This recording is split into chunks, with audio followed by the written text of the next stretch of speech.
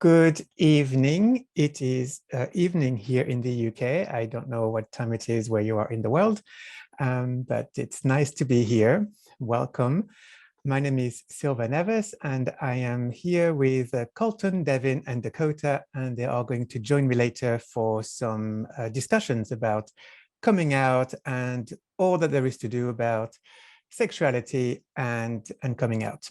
So I am going to share my screen now so I can show you some stuff and some pretty pictures. Okay, so I am Silva. As I said, I am a psychosexual and relationship psychotherapist. I'm a trauma therapist as well. I'm also a clinical supervisor. That means I help other therapists do their work. I work with individuals and couples. Most of my work is with LGBTQ people.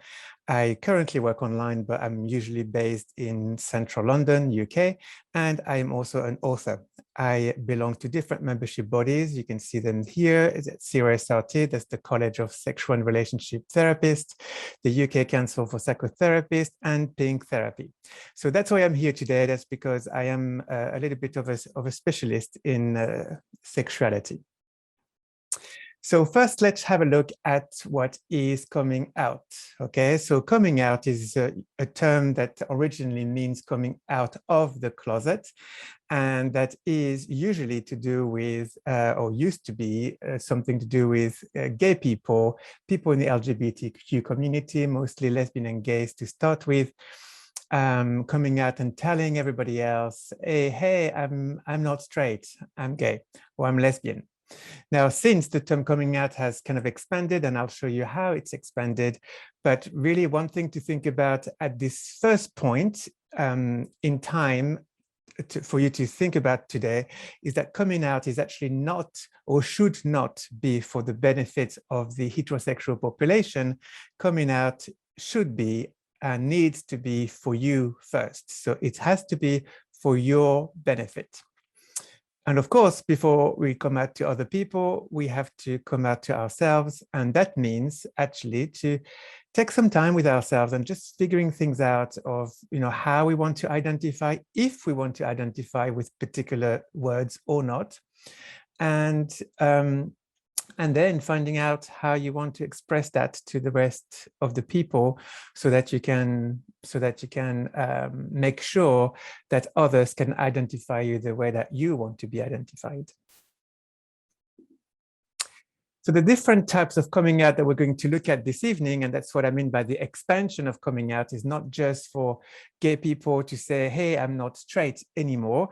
It goes further. So of course, people can come out for their sexual orientations. People also come out for what we call the erotic orientation, which is people that may have a particular kink or fetish. And that's kind of different from sexual orientation. I'll explain that in a minute. Then, of course, we can come out for our gender identities too, because the way that we look may not necessarily be the same gender that we feel inside and the gender that we identify with and that we want others to identify us with. But we can also come out with relationship orientations. That means that, some of us are not naturally monogamous, and actually there are lots of different ways that we can come out, and some of those relationship orientations can be a choice for some people, but actually for many people now, we start to think that some relationship setups are innate as well. We are born to be in different types of relationships, and we feel happiest when we are in the relationship setup that we are meant to be in naturally. Of course, some of us will need to come out with the HIV status. So not always, actually. HIV status is nobody's business, but sometimes it can be useful, sometimes not. It is nevertheless something that people feel they have to come out as well. And profession, and especially for the kind of the crowd today of the pineapple support crowd, obviously many of people that work in professions like in the pornography industry, in the adult entertainment industry, or sex workers, somehow that doesn't feel like it's something that is just in passing conversation. It almost feels like a coming out. And when we come out with that kind of profession, people tend to, judge or have some particular thoughts about it. It's quite different from saying, I'm a lawyer, I'm a doctor, I'm a porn performer. That's kind of quite different. It shouldn't be, but it is. And that's why it's part of a coming out. And if we look at all those different types of coming out, we can begin to understand now that coming out is not just for the LGBTQ people, it's for the overall queer community, the queer people, and also it is for some heterosexual people, because some heterosexual people are not monogamous. Some heterosexual people also have various HIV status. Some heterosexual people have professions that are not deemed as acceptable or welcome. And some heterosexual people also can be kinky or have some fetish. And why is coming out necessary? Well, actually, let's just be clear here, although I've just said earlier that coming out is a good process for ourselves to kind of get to know ourselves and for our own benefit. We also have to realize that coming out is necessary because of discrimination. And that is ongoing. What I mean by ongoing is that we don't come out just once, we come out all the time. Each time we start a new job, we come out because the rest of the people make assumptions about how we look, what kind of partners we have, what kind of lifestyle we have. And so it is an ongoing coming out.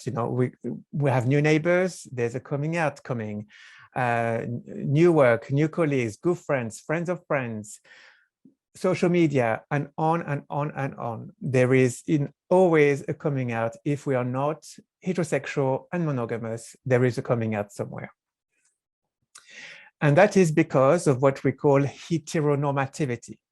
And so the definition of heteronormativity is the assumption that heterosexuality and monogamy is the normal, the gold standard, and everything else is abnormal, alternative, second best.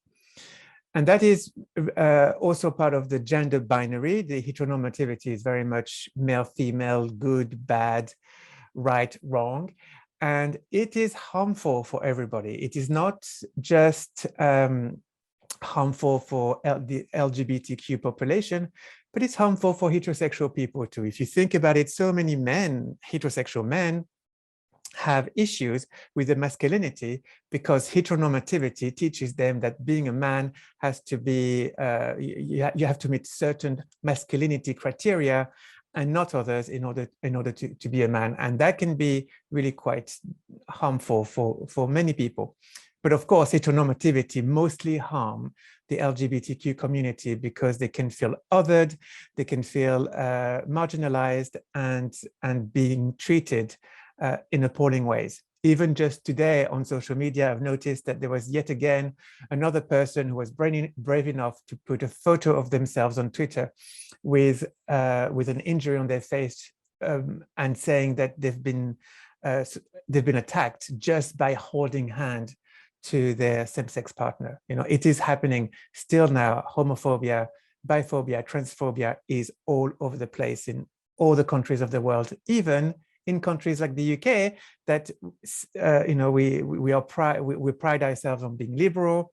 It's the same for the USA, for Canada, all those countries that are liberal, and yet still, even in those countries, there's so much homophobia and biphobia and transphobia still, and a lot of hate crime.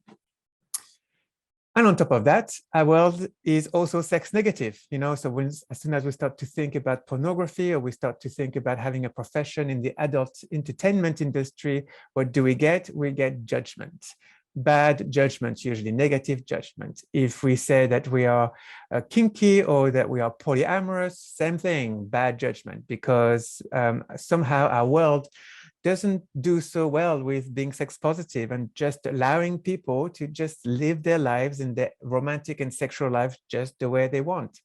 It sounds pretty simple, just let people be, but yet quite difficult to come by, unfortunately.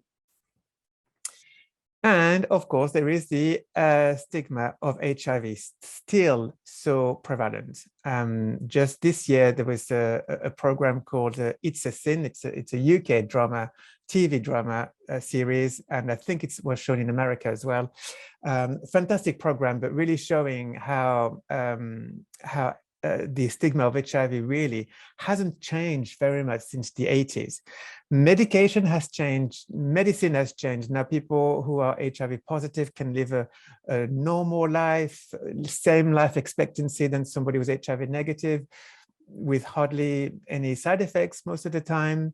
Yet how people think about it, it hasn't changed much. Since still in 2021, some people still believe that HIV is a gay plague. I mean, that's just quite incredible, really, you know, but the stigma is on. And the stigma of HIV is also still prevalent in the LGBTQ community as well. People judge each other with the HIV status, and some do what we call zero sorting, which means that they would only meet people or want to be with people with a particular HIV status depending on their own HIV status. And as I just said, the world is still homophobic, biphobic, transphobic. You just don't have to look far. Put your Twitter on and you will see homophobia straight away. So what does heteronormativity do? Well, it causes what we call in my profession, in the therapy profession, we call minority stress. And minority stress is this ongoing being othered, not being the norm, and the ongoing coming out. So it means that every moment of the day, what the LGBTQ people have to do just because of heteronormativity is to scan their space. And we are so used to it that we do it even unconsciously. We scan for threat, we scan for danger all the time, as soon as we step out of our house.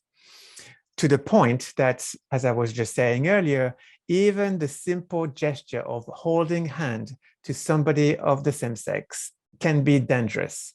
And before you want to do that, you're going to scan your space, you're going to scan for threat. And if there is any inkling that it might not be safe, and in many places of the world it is not safe, you will not do that. And that's just one example, but it could be anything from the way that we dress, the way that we walk, the way that the kind of people that we're around. We might have to edit ourselves, we might have to change some of the things that we do so that we can hide, blend into the background so that we don't get attacked. And that is something that we do on a regular basis. And those small little things, even though it's kind of, we do it automatically, it is still a stress that people who are not in minority don't have to do. So that's why we call it a minority stress. And it is something that is a stress that we have every day.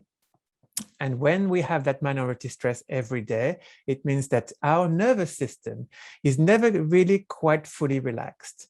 And so this is why amongst the LGBTQ community, there is a higher prevalence of mental health problems, a higher prevalence of drug use and alcohol use, because that's one of those ways that we use to try to relax our nervous system that is constantly in hypervigilance. So now let's look at coming out. How do we come out? So let's look first at gender coming out. Okay, if you feel that your gender is important, mostly because of the way that you look, people tend to misgender you. Well, you might need to do a gender coming out if you wish. Those are some of the gender coming outs that you can do. This is not an exhaustive list. There's more, but these are the more common ones.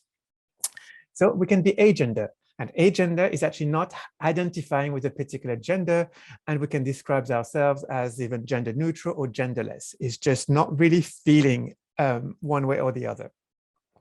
Cisgender is the term that describes that what you feel as your psychological identity as a gender is the same as your biological sex. So if I was born and assigned male at birth and I feel male, then I will be cisgender.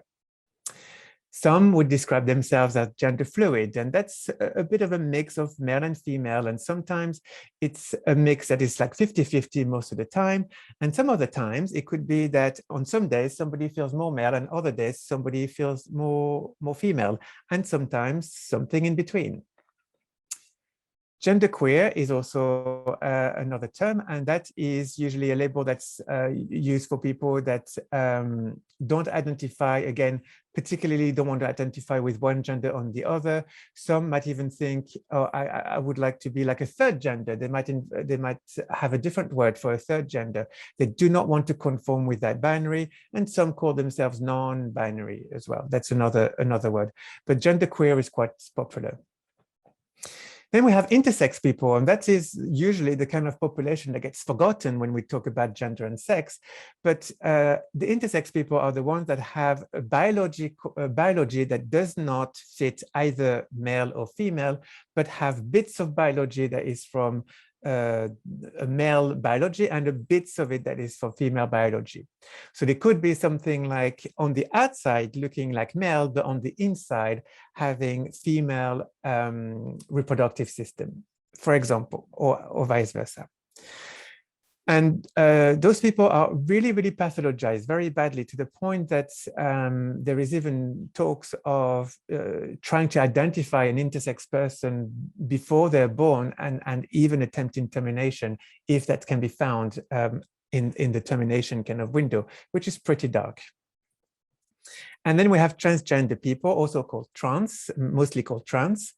And that is basically people that do not feel that their body matches how they feel in terms of gender. And trans people are the ones usually who want to change their biological body so that it matches their psychological body. So there will be people who will be somewhere on the journey of changing their gender. And transgender people have lots and lots of stigma as well. They're being attacked a lot. There's so much transphobia. And currently the stats are saying that they are the population that gets the most attack in the streets. So that's pretty bad. Then we can do a sexual orientation coming out. And here are some of the most common orientation. We can be asexual. So asexual is not experiencing any sexual attraction or any desire to engage in sexual behaviors, but some asexual people can have some sexual behaviors, and they can also want romantic partners. So not being attracted to sexual behaviors does not mean they don't want to be in a romantic relationship and be in a loving place with hugs and touch and so on. But the idea of sex, the actual sexual act, is just not part of their desire. Now, again, with asexual people, there is a spectrum from people really wanting nothing to do with sex to some people, enjoying maybe solo sex, but not partnered sex, or some people enjoying partnered sex, but only in particular situations. Autosexual is one that we don't get to hear often, but that's people who are attracted towards themselves and their own body and their own mind. Now, the reason why it's not really talked a lot about is because a lot of people are afraid to call themselves autosexual, because people will think, oh, you're just so arrogant and you're a narcissist, and how can you just love yourself? But actually, autosexual people, although they love themselves and they find themselves attractive, they don't only find themselves attractive, they also find other people attractive. But it's the kind of people, that would be having sex maybe in front of a mirror and enjoying looking at their body in the mirror whilst they have sex. So they can have both sexual attraction for their partner, but also for themselves. And it is definitely not the same as narcissism, because narcissism can be a psychological problem rather than being autosexual is not a problem. It's a sexual orientation or a part of a sexual orientation. Bisexual people are the ones who are attracted to both genders, male or female, and sometimes both at the same time.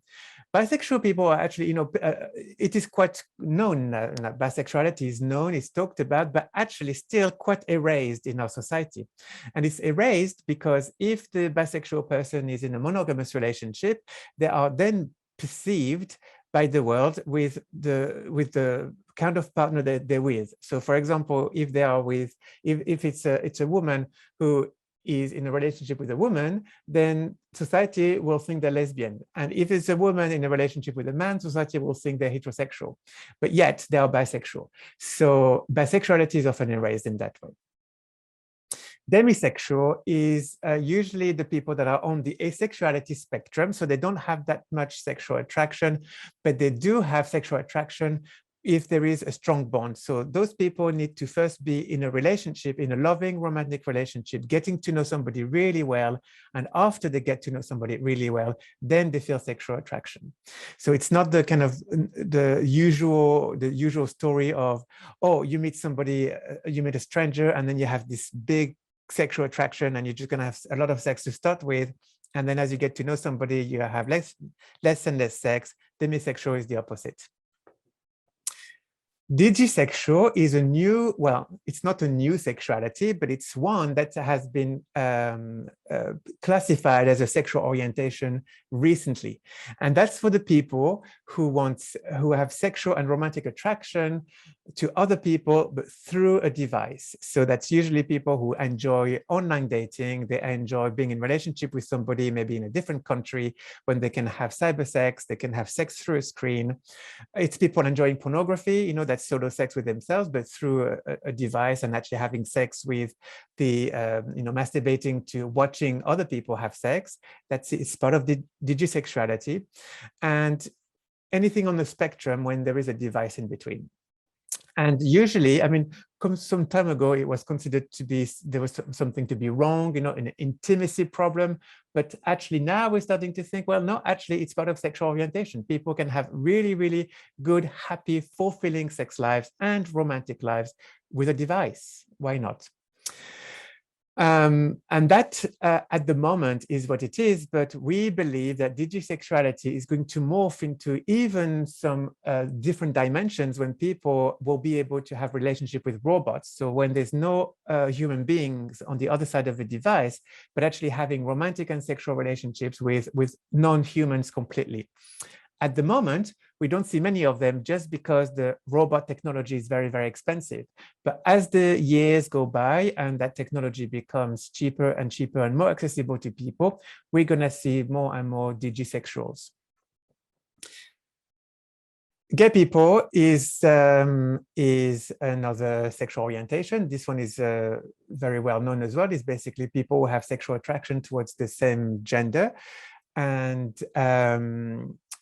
so we say gay, we don't say homosexual, because homosexuality is a word that was used as a mental health disorder, and it was used as a criminal offense word as well.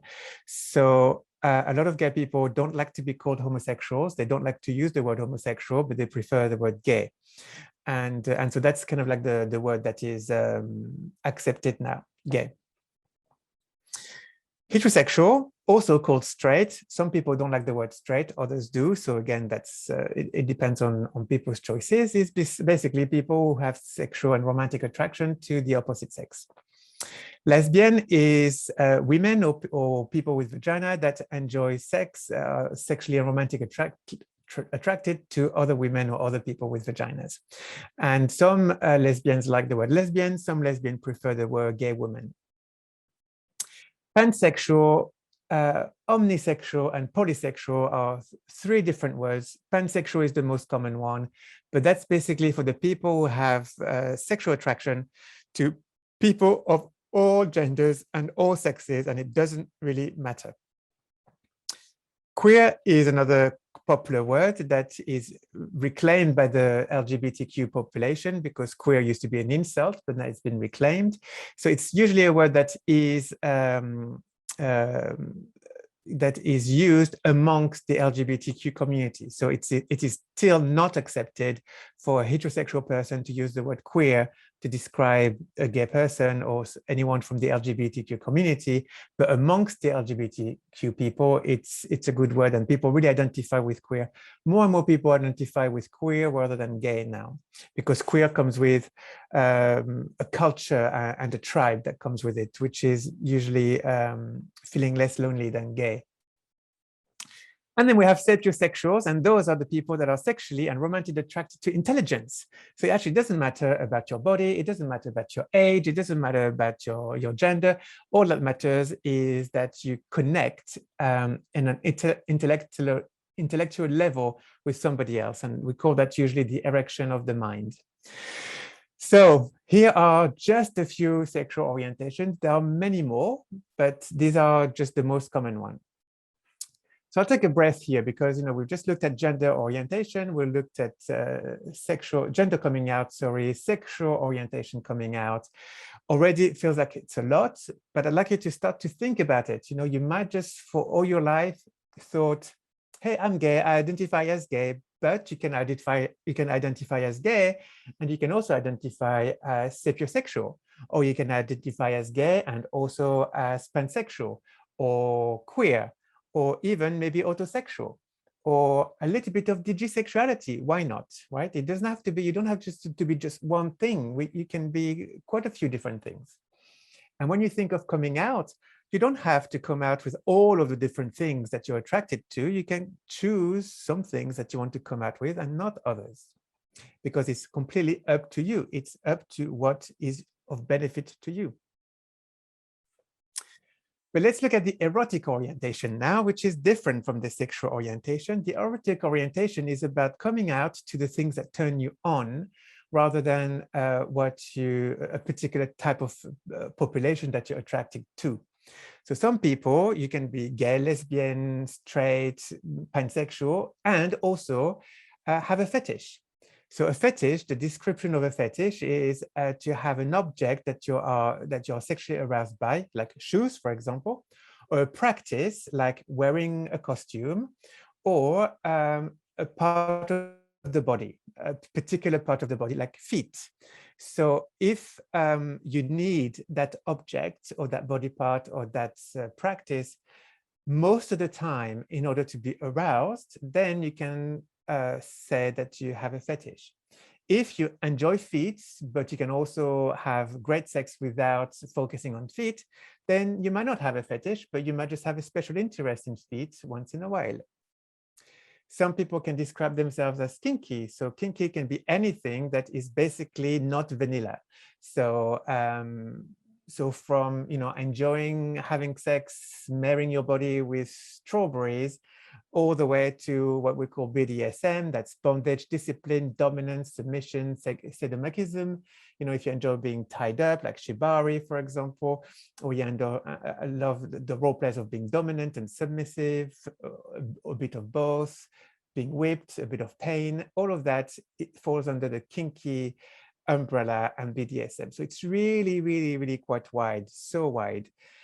Some people like to be voyeurs, others like to be exhibitionists. Obviously, you have to do that within legal parameter, which means that everybody has to consent to these things. Some people that enjoy fisting can call themselves kinky as well. Edging, some people do edging whilst being tied up. So it's really quite colorful, the different parts of the erotic orientation. Now, once again, you can come out as being gay, lesbian, pansexual, but you might not want to come out as kinky because it's nobody's business. But if you want to be within the community, to be to engage in the kinky community, then that might be a really great way to come out. If you come out as kinky, then you can engage with the kinky community, and then you can just have different conversations with the people that are part of that community. Relationships coming out. So again, there's quite a lot. You can be androsexual or gynosexual. Did you know that? So if you're androsexual, it means that you're attracted mostly to masculinity. So it doesn't matter if it's a man or a woman, but if it's a woman with masculine traits, you might be attracted to them if you're androsexual. If it's a masculine that's very manly, then you're going to be more attracted to them if you're androsexual. If you're gynosexual, that's the opposite. That's being attracted to femininity. So a man that has feminine traits, you might be attracted to, or a woman who's very feminine, you might be attracted to. Some people are neither, but some people are really attracted to either one or the other. And that's called androsexual or gynosexual. Some people can be aromantic, so that people who are not interested in romantic attraction, but that is also part of a relationship coming out. Some people are biromantic, and that's basically that they feel romantic, but not necessarily sexual. So you can feel romantic and be wanting to be in a relationship, but not wanting to have sex with these people. And some can be with one gender or more. Monogamy, everybody knows that one. It's being in a romantic and sexual relationship with one person at a time. But you can also be monogamish. That's less known. Monogamish is being monogamous most of the time, but once in a while, you will consent with your partner to have sex elsewhere outside of the relationship.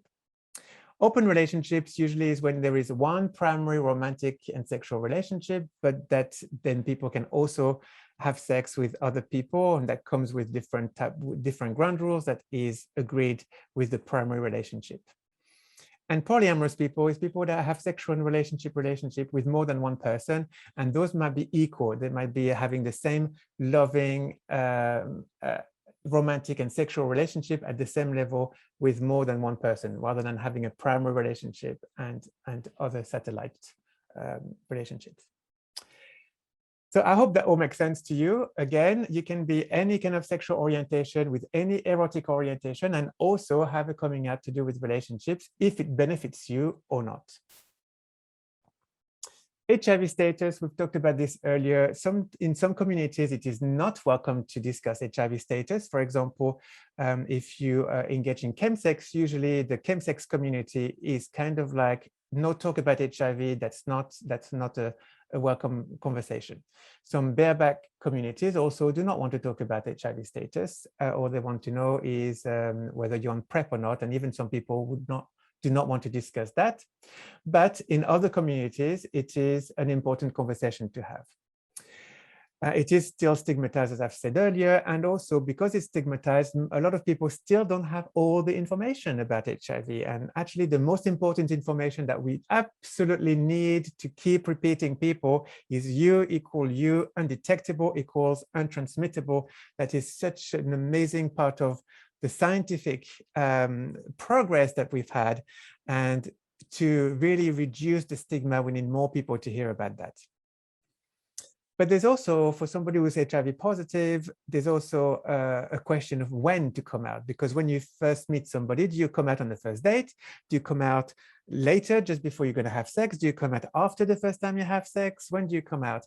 And it's a very, very hard question to have, because a lot of people will fear rejection, and they fear rejection because HIV is still a stigma. So it's often very, very tricky to understand or to figure out when to come out, or if to come out. And of course, there's a profession coming out, as I said earlier. Well, you know, if you go to a party, if you think about it, you go to a party, what is one of the first questions that people ask? Hey, how are you? What do you do? What do you do for a living? That's usually one of the first questions that people ask when they meet you for the first time. And that's usually something to do with status, you know, the image of success, finance, whatever. But for some people that have professions like in the adult entertainment industry, sex workers, suddenly that question can become very tricky to manage. Some people lie, some people choose to not respond, but it is often something that's to do with, that will be met with a lot of moral judgment. And sometimes gendered too. You know, a woman that comes out as a sex worker, people will have a different judgment than a man coming out as a sex worker, again, depending on what type of community those people live in. So in summary, this is your kind of sexual erotic relationship landscape.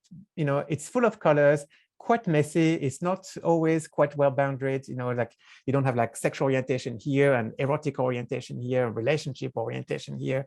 It's all kind of mixed. It all gets mixed. You've got dominant colors, smaller colors, and it's up to you which color you want to come out with and which color you want to keep private.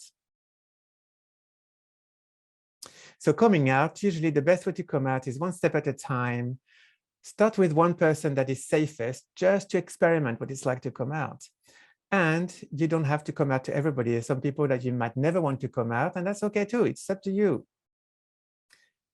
And think of boundaries. You know, boundaries is about making sure that you don't become entertainment. You know, if you come out and you say, I'm polyamorous, then the people that are monogamous might won't look at you like, oh, an exotic animal. Oh gosh, oh wow, that's entertainment for us for the night. What a juicy gossip it is. You know, you are not entertainment. And also it means that if people then start to ask all sorts of personal sex questions that are inappropriate, that would never be asked to a heterosexual person, you can refuse to answer. So many times when I came out as a gay man, the next question was like, oh, so what do you do in bed? Well, it's nobody's business. You know, have you ever asked a heterosexual person that? No. So you can refuse to answer. And you are free to disclose whatever you want and not disclose also whatever you want as you see fit. Also, unfortunately, be mindful of your safety. There might be some parts, you know, if you are in some parts of the world where there are anti-gay laws, where you could be prosecuted or even put on death row for your sexual orientation, it might be safer not to come out in those places.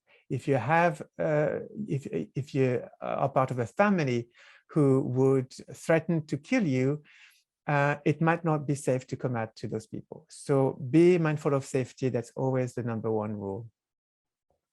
That's all for me. And if you want to connect with me, you can look at my website. I've got 2 websites, silvaneves.co.uk and sexpositivityuk.com. And you can find me on Twitter and Instagram.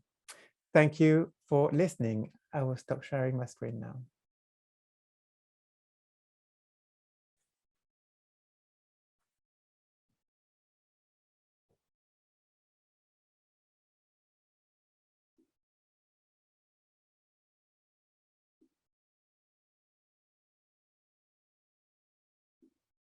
So if you have any questions, any comments, any feelings that came from this presentation, obviously feel free to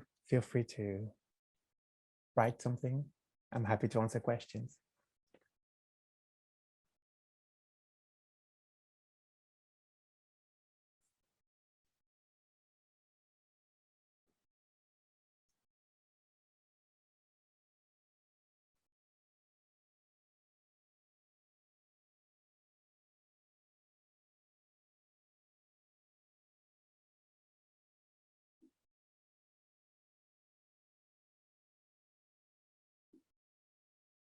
And if there's no question, maybe we can have our 3 guest speakers, Colton, Devin, and Dakota.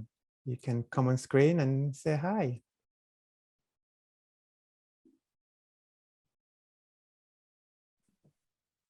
Hello.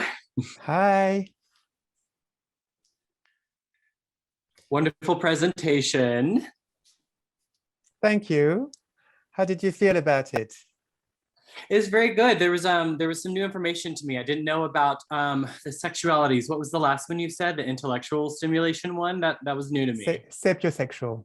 Yeah, I like that. Sexual one with the robots. Yeah, you like that one? That was new to me. Yeah, that's a fun one. That's gonna be very exciting to see where that goes. Now, can we become sex robots, or is that someone's already looking into that? I'm gonna that could be a kink. Franco out to be a sex robot, like my a sex cyborg. Ooh. Why not?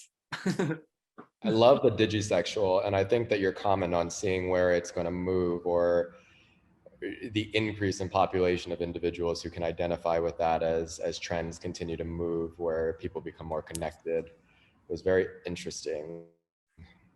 I was actually very curious. And he's a furry. He's a furry. Are you into furries? Furries is a kink as well, or a fetish. Yes, it's a man dressed up as a dog, actually. Sorry, Colton, I interrupted you.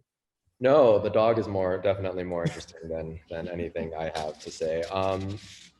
I was actually very interested to take your opinion as you were discussing the gender binary, etc. How would you address an individual who would say that a lot of the terms that you came out with play right into the gender binary? Like if somebody was genuinely queer or was interested in queer theory, which at its core says that that binary is what creates heteronormativity and creates subjugation for individuals. How would you respond? Well, I would say that binary is not always bad, okay? It's not, but it's not always good. And some binary thinking can hurt people because there's a lot of moral judgment with it. But there are also other people that like the binary because they can identify with it too. So for somebody who's androsexual, as an example, who likes masculinity as an erotic orientation or sexual orientation, they want to be able to say, I'm attracted to masculinity. But the problem comes when if binary is the main conversation, then they can impose that on people who do not want to live in a binary world and who wants to live in a non-binary space. And the problem currently that we have is that there is one dominant story, which is the binary one. And it feels like the non-binary people, the ones that do not fit with that world, are considered to be second best, or they're considered to be, second-class citizens, which is wrong as well. This is not okay. But within what we know now in terms of male, female, and all the stuff in between is that there isn't really 100% binary in human nature, because there is bits and pieces of femininity, masculinity, and lots of things in between in each of us. Even the people that feel very male, there's going to be bits that are not. Is that answering your question? Yeah, no, I'm genuinely curious because I mean, myself, I want everything to fit very neatly into a bento box. If it doesn't, I have serious issues. So when I try to approach things like queer or people who reject the binary, it is very personally difficult for me to see on the same level because that is my personality. And so that's just something intellectually that I am working through to try and become a more understanding, more engaged person with the way that society is changing. Yes, that's right. And sometimes you don't have to understand because some things are difficult to understand if you're not feeling them yourself. But what you have to learn to do is stay with the discomfort of not knowing. And that's kind of hard, but that's easier to do than really trying to understand something that you just don't understand. My least favorite drill sergeant said, get comfortable being uncomfortable. So yeah, I can work with I get that. I liked how you talked about like coming out in different ways and how it can mean different things. I feel like I've come out myself multiple times throughout my life in different ways, like as gay, as someone who's like into kinky stuff and fisting, coming out as being like an adult entertainer, sex worker, and so yeah, it's definitely and every time like it comes with all of those feelings wrapped up in it of like feeling insecure, not sure about how people are gonna take it, like is it like really me or is it just I don't know. All these things take a big part of it, like how what you mentioned, and so I really appreciated that, and yeah, it can be a big deal for people, even if you've already come out in one way, to come out in another. Yes, that's right. And our erotic world, this painter's palette that I showed with all sorts of different colors, that changes over time as well. It's not fixed, depending on what are the new experiences that you get that might add another color on your palette. So that means that over time, you might just then identify more with one thing and less with another thing with over time in your life. But with each of them, there is going to be some moral judgment because of people not understanding, or as Colton was saying, people like to have neat, tight boxes. So even somebody who has a lot of muscles, for example, who look masculine, if they say I'm bottom, they're like, really, you're the bottom? Well, you don't look like a bottom. That's exactly what I love. I love muscle bottoms. Right. I love taking tropes like that and turning them on their heads and taking people's expectations and peeling them apart and Yeah. confusing them with things that you'd never expect. Exactly, and that's one of the things that the pornography industry can really, really do, actually, to turn things on its head and to show things that you know, defy all of the kind of neat, tiny binary assumptions that we have. Yeah, I like to take the boxes that Colton lives in and tear them apart. And you're the reason why my psychiatrist is paid exponential amounts of money. Good. I'm glad that I can take that credit. And that's exactly the kind of conversation that happens, that one person's identity can make somebody else uncomfortable, right? And thinking, oh gosh, that's uncomfortable. And that's mostly because, as you were saying, Colton, it's just that it's hard to understand all of the diversities. It's hard to understand what's going on for other people. I will never understand what it's like to feel female in a male body. You know, I will never understand that, but I can understand that for some people it's distressing, although I don't understand how it feels. I can imagine, right? And sometimes that's what we have to do. We have to stay with the not knowing, the discomfort of not knowing, but imagining that somebody's world can be completely different.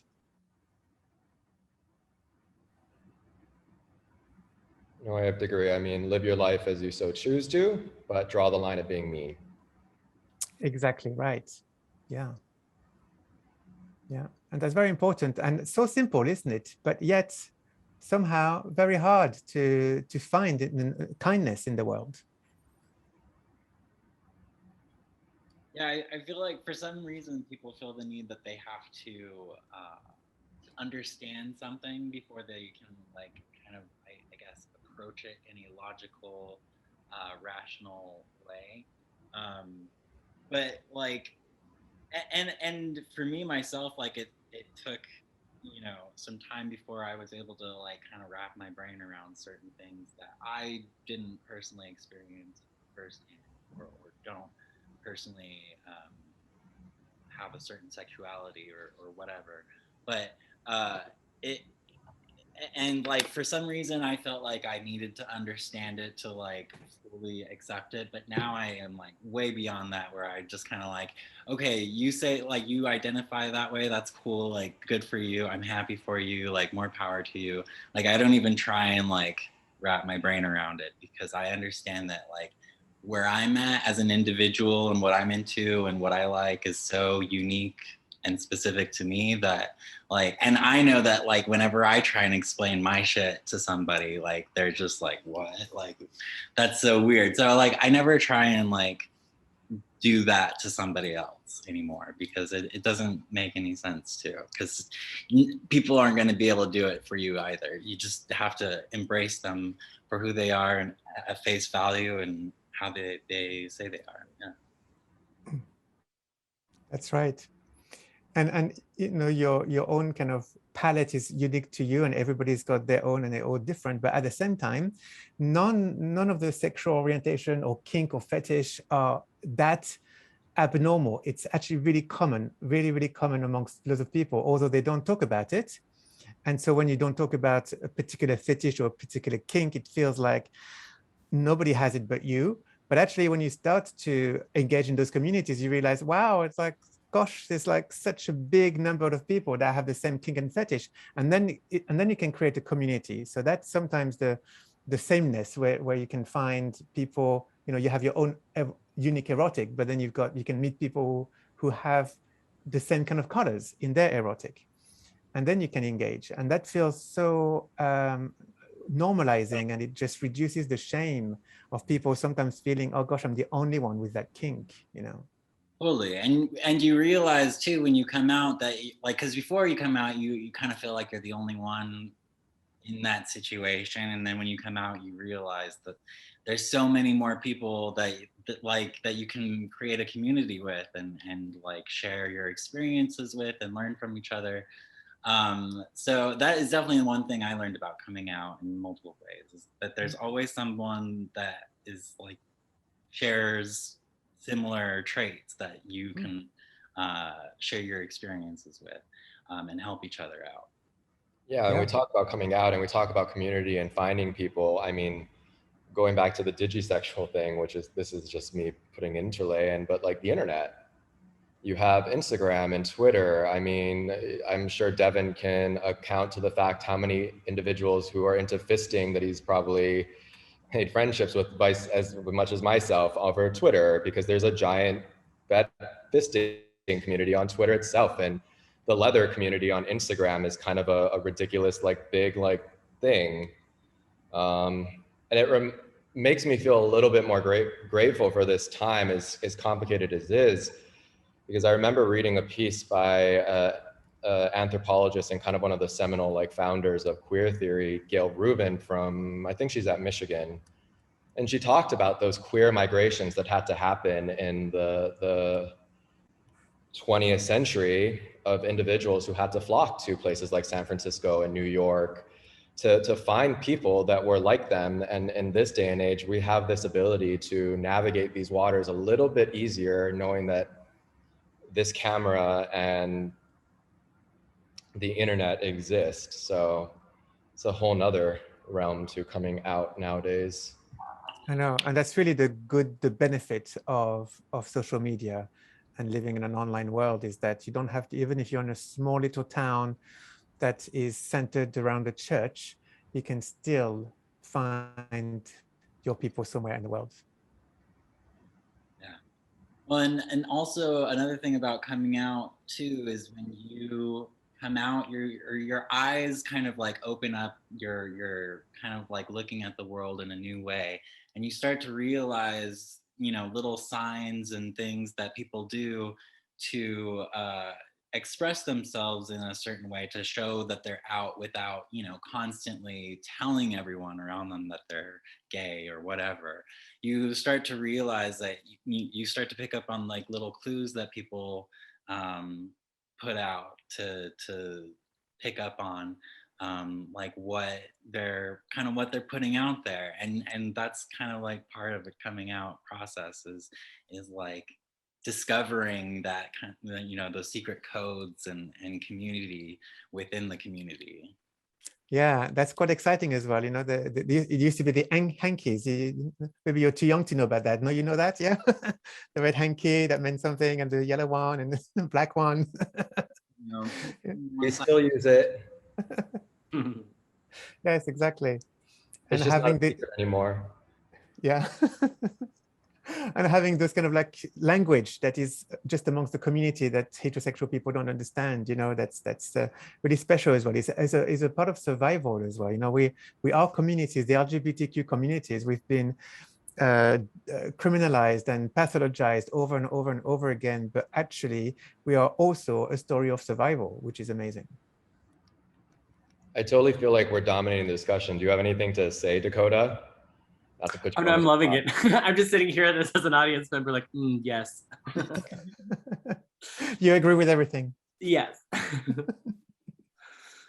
Well, I mean, you know, coming out every day, and the nonverbal communication, you know, I think that even in the digital age, we still have to be safe because there are people who prey on us on our own apps, in our gay bars, in our spaces, you know. So that sucks.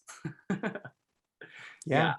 That's also the other side, you know, like on my Twitter, I've got regularly somebody who tells me I'm going to go to hell. So yes, that happens too. I'm sorry. I thought you wanted to be invited. No. Yeah. Yeah, so we do have to be safe, and sometimes we have to protect ourselves with how much exposure we have to homophobic people, transphobic people, and sometimes it's good to kind of turn the news off if we need to. As part of the LGBTQ community, something that happens that we don't often realize is that when we hear of other gay people being killed in some countries that we are lucky not to be in, like, you know, countries like in the Middle East or Africa, for example, it does something to us because there are our people dying as well. And that's what we call vicarious trauma, that sometimes we can actually experience a trauma by witnessing other people being killed. And so we have to be looking after ourselves in that way as well, and looking after our mental health, and sometimes to pay attention, to give ourselves some soothing and some kindness. And I wanted to bring this point up earlier. probably know a lot about this, Silva, but like I find so often in life that people who are homophobic or like kink shame or have this like weird obsession or interest in the thing that they hate, they're often the ones who want so badly to be a part of that. And maybe that's not all the time, but 9 times out of 10, it seems to be the case, I would say. Yeah. It's quite. I don't know if it's 9 out of 10, but it's definitely quite quite a trend. Yeah. Yeah. But that's what happens often, when you don't own your erotic, when you don't want to see your colorful palette and you just want to repress some of it, it just comes out in other ways. Right. You start repressing it in every way that it comes up in your life. Yeah. Whether it's from you or someone else. Yeah. So any final thoughts, comments, or feelings? Oh, I guess I should talk about drag as well, because that's why I'm here, coming up as a drag queen, right? And this idea of the binary. Well, my drag character, Gemini, right, very much is an expression of the binary, the twins, the male, the female. And for me, in my coming out message to the world, it's very much like learn to paint with all the colors in the toolkit, in your little kit, and then use them as you please. And so that, is, for me, as a drag queen, is where I'm at. That's amazing. That's fantastic. It's such a, drag queen also, just like the adult industry, they're doing great to push boundaries and to show to the world things that they don't want to face sometimes, and to make people a little bit uncomfortable with playing around with gender and playing around with all sorts of stuff, but in art as well. And so I think that's really wonderful that there's more and more and more people wanting to take on the art of drag queen and coming out with it. Yeah, I think for both drag queens and porn stars, like we're both in the deep end of the queer pool, right? And to see both of them like slowly being brought to the forefront of culture, it's exciting. It's kind of scary, but here we are living in it. Yes. So what do you think of RuPaul? Do you think they're doing great personally things? Or the show? I'm just kidding. Yeah.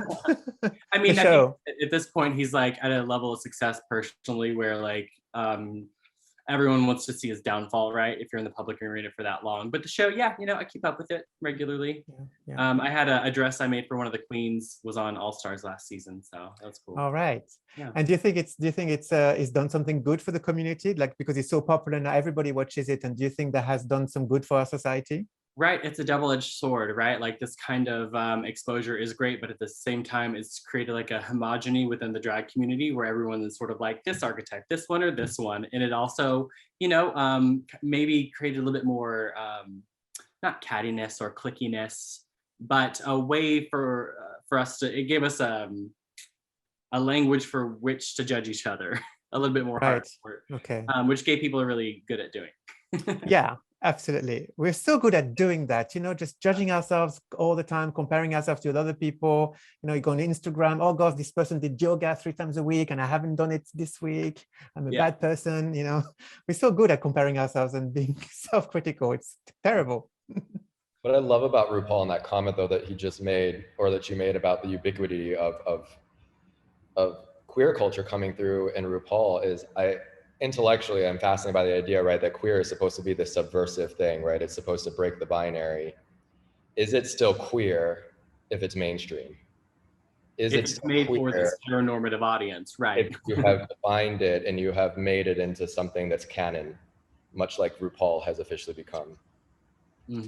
Good question. Yes. Yeah, it's like the beast that once you build the beast, you got to feed it, right? And so as this one grows, all these other little ones come up, and like Dragula, for instance, is still subversive, and there's artists like Christine, and there's these pockets that you really have to dig for to find that subversion. But like that umbrella itself, is just very cookie cutter at this point. But I love cookies, so what can I say? And Christmas is coming up, so I get to bring out my little gingerbread cookie man kit. Ooh, big old picks. I got my big ol' KitchenAid last year during lockdown, so I'm like ready to go. I did just get some penis cookie cutters. I'm excited to use them. No one's gonna want to take my picture around in the next few months as I. Hey, there's a kink for that. If you let us all watch you get bigger, we'll pay for it. Yeah. Absolutely. Just stuff your face in front of the camera. Yes, Roma, I am coming out as a Christmas cookie monster. Well, there you go. We're just going to be watching your Twitter with lots of excitement. Bated breath.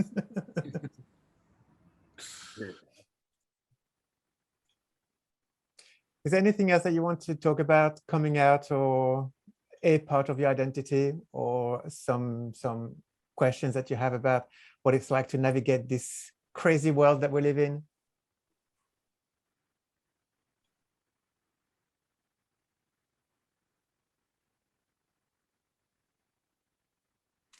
Or maybe something you want to share with our audience, something like a piece of advice that you have with, with the experience that you've had in your own life about coming out in certain ways with certain people. Any piece of wisdom that you'd like to share with the audience? Like you said, you got to make it about yourself, and it's got to be for you when you're ready. And yeah, it's and there's it's never too late to make the changes you want in your life. It's never too late to come out. And so yeah, don't worry about like the timing of it. All that matters is that it's the right time for you, I guess.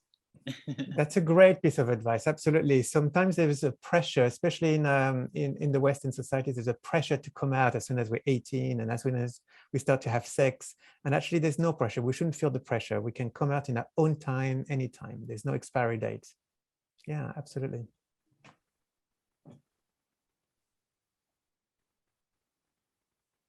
Any other piece of wisdom? Colton, Dakota?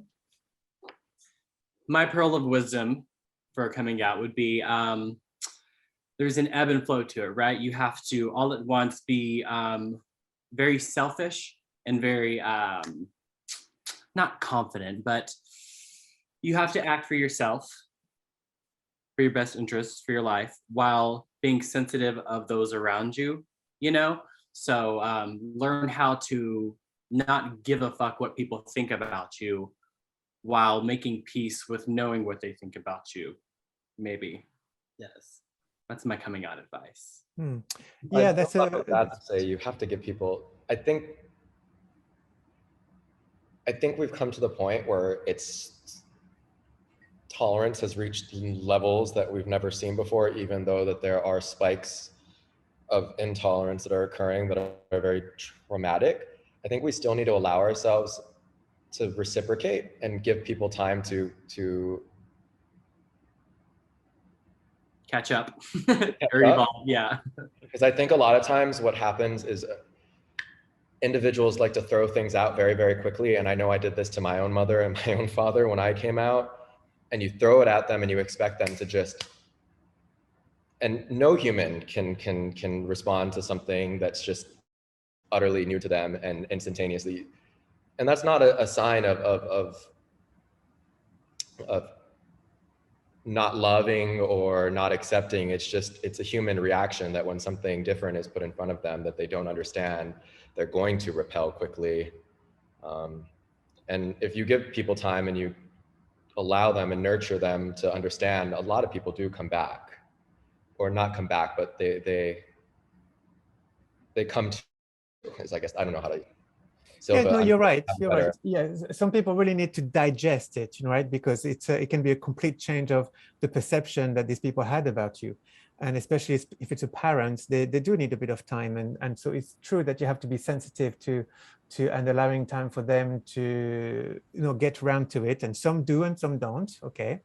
But at the same time, and that's really where the fine line is, at the same time, it's important to never apologize for who you are. So you can be sensitive, you can choose different words with different people to be sensitive so that they can receive it better, but not apologize. Because that would do harm for you. And I think that's what you're talking, Dakota, about being kind of confident. It's like the sense of, I'm gonna say this, but from a place of affirmation. Mm-hmm. And sometimes it can be tricky, between the two.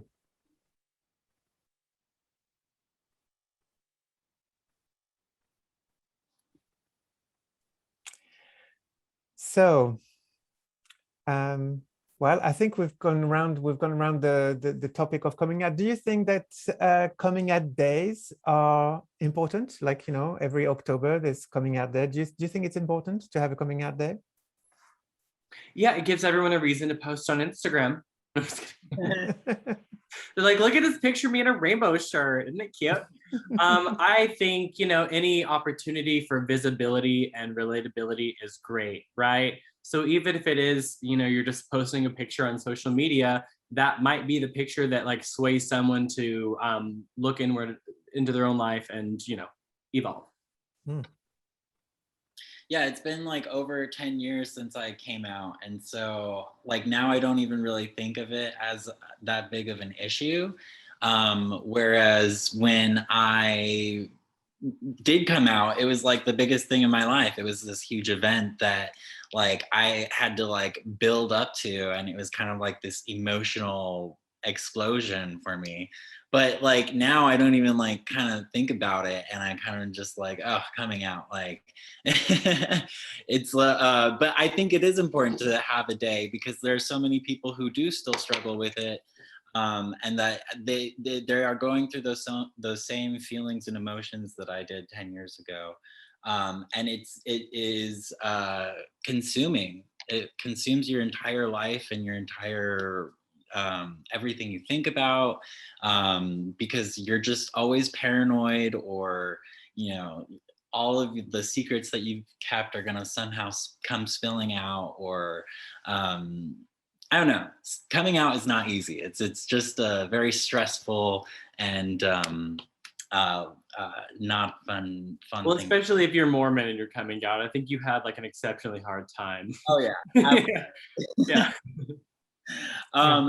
So I think that like I forgot where I was going with all of that, but yeah, yeah. So I think it's important to have a coming out day because there are the people who are going through that still, and especially for your younger guys that you know, they need to see older people who are living, you know, good solid lives that are happy and that can have lots of experiences and positive things to take away from their own coming out. It's definitely important to recognize that and share it with everybody so that they can get that same confidence and courage to build up to do it themselves. Yeah, I agree. I think you know, a day like a coming out day is also a time for you to reflect on your own coming out, even though it might not be an issue anymore for you. It's just remembering how a big event it was at the time, and how it can be a real life changer, and how it shakes people to their core, you know, to making that courage to come out. And so it's good for reflection because every single LGBTQ people have a coming out story in some ways, you know, those that have come out anyway. And also to encourage others to say, hey, it's really scary, it's a big event, and it's possible to do it. So yeah, absolutely, you're right. And Colton, you were saying that, you know, now there's more and more tolerance of people. So of course it's different now. The intensity of coming out might be different from it was from, say, somebody coming out in the 80s, that's for sure, right? But the world is still heteronormative, and it's still a big event, you know. And as you were talking about, depending on what your background is, you know, if you're in a family with high religiosity, it's kind of a different type of intensity compared to coming out with, you know, somebody who's in a secular family. Yeah. And I do got to say that, you know, coming out is such a relief too, because you kind of realize after the fact. I mean, maybe this is, you know, the privilege of living in the US where we're more liberal about it. But like coming out, like when I finally came out, it felt so silly to be holding that all in for so long, because I did get a negative reaction from my family, but that was kind of like the only ones. Like everyone else was kind of just like, oh, for real? Like, like it wasn't like this big cataclysmic event that I was expecting it to be. Even with my own family, they still didn't take it great, and I still, have some issues to iron out with them. But they took it way better than I expected them to. But you're right, though, there's always the fear, even though it might just turn out better than what you thought, there's always a fear that you could be completely rejected by everybody, the door shutting and be thrown in the streets. And those are stories that we hear. It is possible. Some people do experience that. So it is not an irrational fear, completely irrational fear, right? You might think, oh, maybe they're going to take it well, but actually, I really don't know. And that's the not knowing until you actually say it is pretty intense. Right.